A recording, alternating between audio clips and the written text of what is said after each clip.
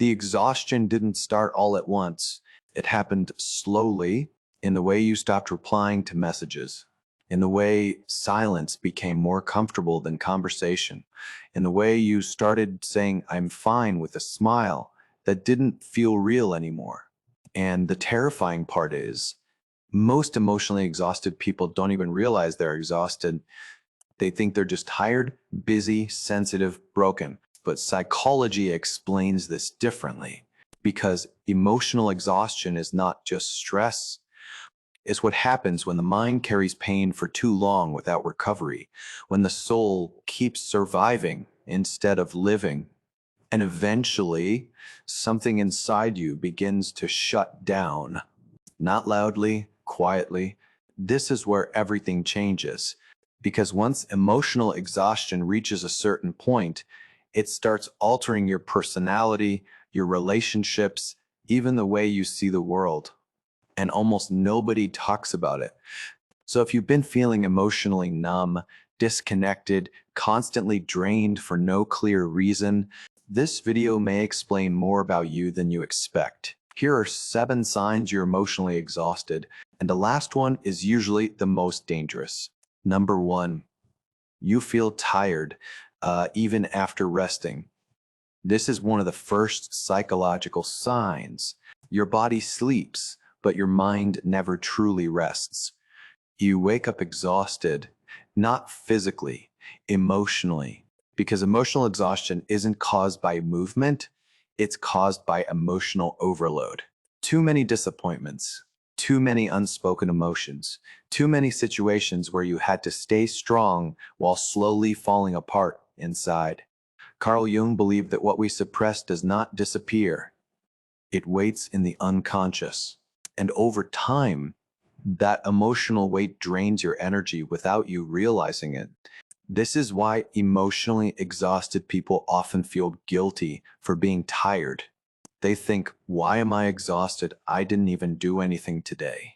But internally, you've been fighting invisible battles for months, maybe years, battles nobody sees. And that's the part that hurts the most. Number 2, you stop caring about things that once mattered. At first, it feels subtle.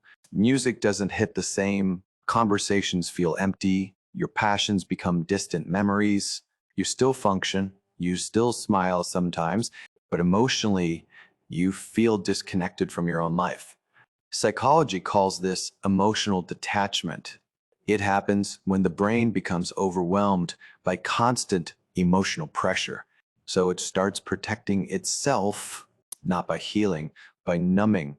And this is dangerous because numbness feels peaceful at first. No more overreacting, no more emotional chaos. But eventually, you realize you're not just avoiding pain anymore. You're avoiding life itself. Most people never realize this stage is emotional exhaustion. They think they're maturing, but deep down, they're disappearing emotionally, little by little.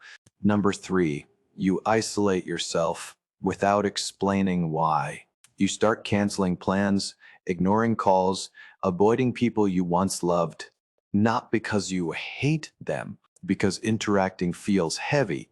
Emotionally exhausted people often withdraw because they no longer have the emotional energy to perform, to pretend, to explain, to carry conversations while drowning internally. And the strange part is you crave connection, but at the same time, you want everyone to leave you alone. This inner conflict destroys many people silently because humans need emotional safety, but emotional exhaustion makes even safe relationships feel draining.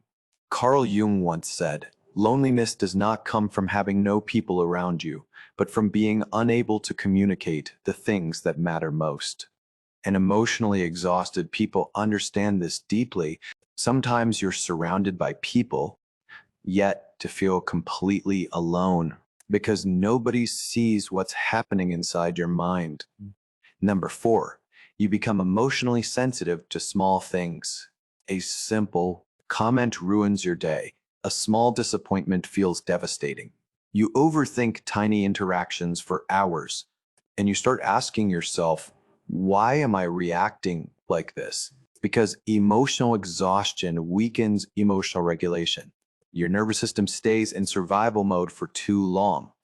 Psychology explains this clearly.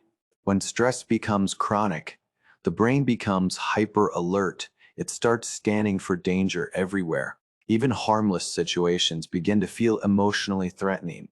This is why emotionally exhausted people often appear too sensitive. But sensitivity is not weakness. It's a nervous system that has been overloaded for too long.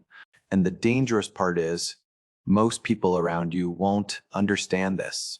They'll tell you you're dramatic, too emotional, too complicated, without realizing how much emotional pain you've already survived quietly.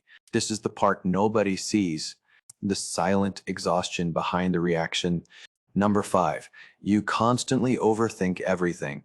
Emotionally exhausted people rarely experience peace inside their own minds. Even small decisions become mentally exhausting. You replay conversations, analyze facial expressions, imagine worst case scenarios over and over again, because when emotional trust is broken enough times, the mind becomes obsessed with control. Overthinking becomes a survival mechanism. Your brain believes, if I analyze everything deeply enough, maybe I can avoid getting hurt again. But it never works. Instead, you become trapped inside your own thoughts. This is where emotional exhaustion becomes psychological imprisonment. And almost nobody talks about this stage because from the outside, you look normal. But internally, your mind never stops running. Even at night, especially at night. Number 6, you feel emotionally disconnected from yourself. This is one of the darkest signs. You look in the mirror and feel unfamiliar with the person staring back. You continue existing, but without emotional presence, almost like you're watching your life instead of living it. Psychology often links this to emotional burnout and prolonged emotional suppression. When people ignore their emotional pain for too long, they slowly disconnect from their authentic self. And eventually, they forget what happiness even felt like. Not temporary pleasure, real happiness, the kind that makes you feel alive. This is why emotionally exhausted people often say things like, I don't know who I am anymore. And deep down, that sentence carries enormous pain because losing connection with yourself is terrifying, especially when nobody notices it happening. You still go to work, still reply to people, still function, but internally, something feels missing, something important, and that's when everything changes. Number 7, you secretly fantasize about disappearing from everything. Not necessarily dying, just disappearing. No expectations, no responsibilities, no emotional pressure. You imagine turning your phone off forever, driving somewhere far away, starting over where nobody knows you, and this thought becomes comforting. That's the dangerous part because emotional exhaustion eventually makes escape feel safer than connection. Psychology calls this emotional shutdown. The mind reaches a point where it no longer wants stimulation. It only wants relief.